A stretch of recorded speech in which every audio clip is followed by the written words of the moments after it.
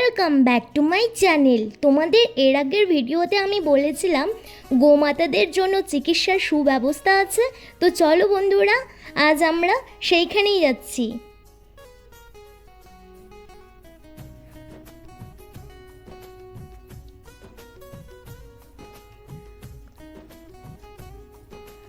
চলে এসেছি সেই চিকিৎসালয়ে।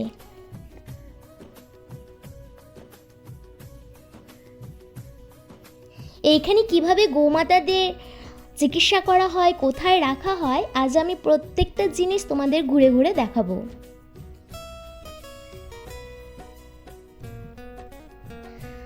তো দেখো বন্ধুরা, এর মধ্যে আছে অপারেশন থিয়েটার রুম এবং এক্স রে সোনোগ্রাফি করার রুম।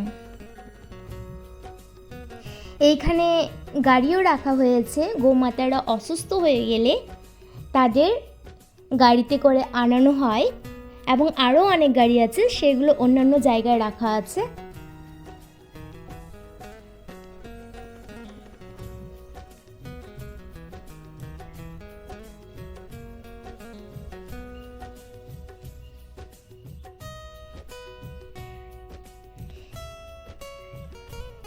এবার চলে এলাম আমরা আরেকটা ডিপার্টমেন্টে। এটা রাজস্থান সরকারের মেডিসিন বিভাগের পোস্ট অপারেটিভ ইউনিট।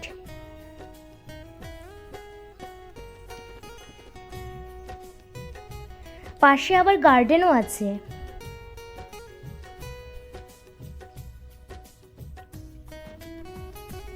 আর এটা হচ্ছে পোস্ট অপারেটিভ ওয়ার্ডস। 1 থেকে 34 অবধি রুম হয়েছে। যদি কোনো গোমাতা আহত অসুস্থ হয় তাহলে এই সব রুমে রাখা হয়। এখন রুমগুলো বন্ধ থাকায় তোমাদের ভেতরটা দেখাতে পারিনি বন্ধুরা। আর এটা হলো গাইনোলজি ডিপার্টমেন্টের। তোমাদের আরেকবার আমি রুমগুলো দেখিয়ে দিলাম। এখানে 1 থেকে 34 অবধি রুম আছে।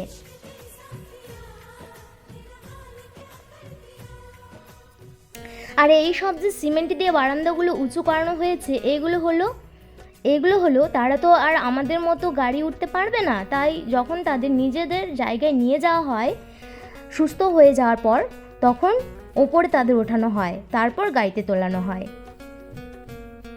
এটা হচ্ছে অপারেশন থিয়েটার রুম। তো চলো একটু তোমাদের ভেতরটা দেখিয়ে দিই। এইখানে চারিদিকে পরিষ্কার পরিচ্ছন্ন রাখা হয়। আর হ্যাঁ, আরেকটা কথা বন্ধুরা, যেটা বলতে আমি ভুলে গেছি, শুধু গোমাতাদের চিকিৎসা করা হয় না, ছাগল কুকুর এদেরও চিকিৎসা করার সুব্যবস্থা আছে।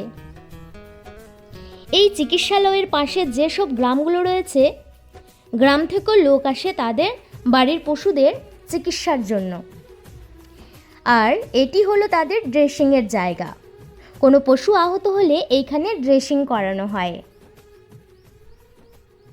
এইখানে কিন্তু অনেক গাভীও আছে। তো চলো বন্ধুরা, ভিডিওটি আমি এইখানেই শেষ করছি। ভালো লাগলে অবশ্যই লাইক, কমেন্ট, শেয়ার, সাবস্ক্রাইব করতে ভুলবে না। আর তোমরা আমার পাশে থাকলে আমি আরও নতুন নতুন ভিডিও নিয়ে আসবো তোমাদের কাছে। সো ভালো থেকো, সুস্থ থেকো। Thank you.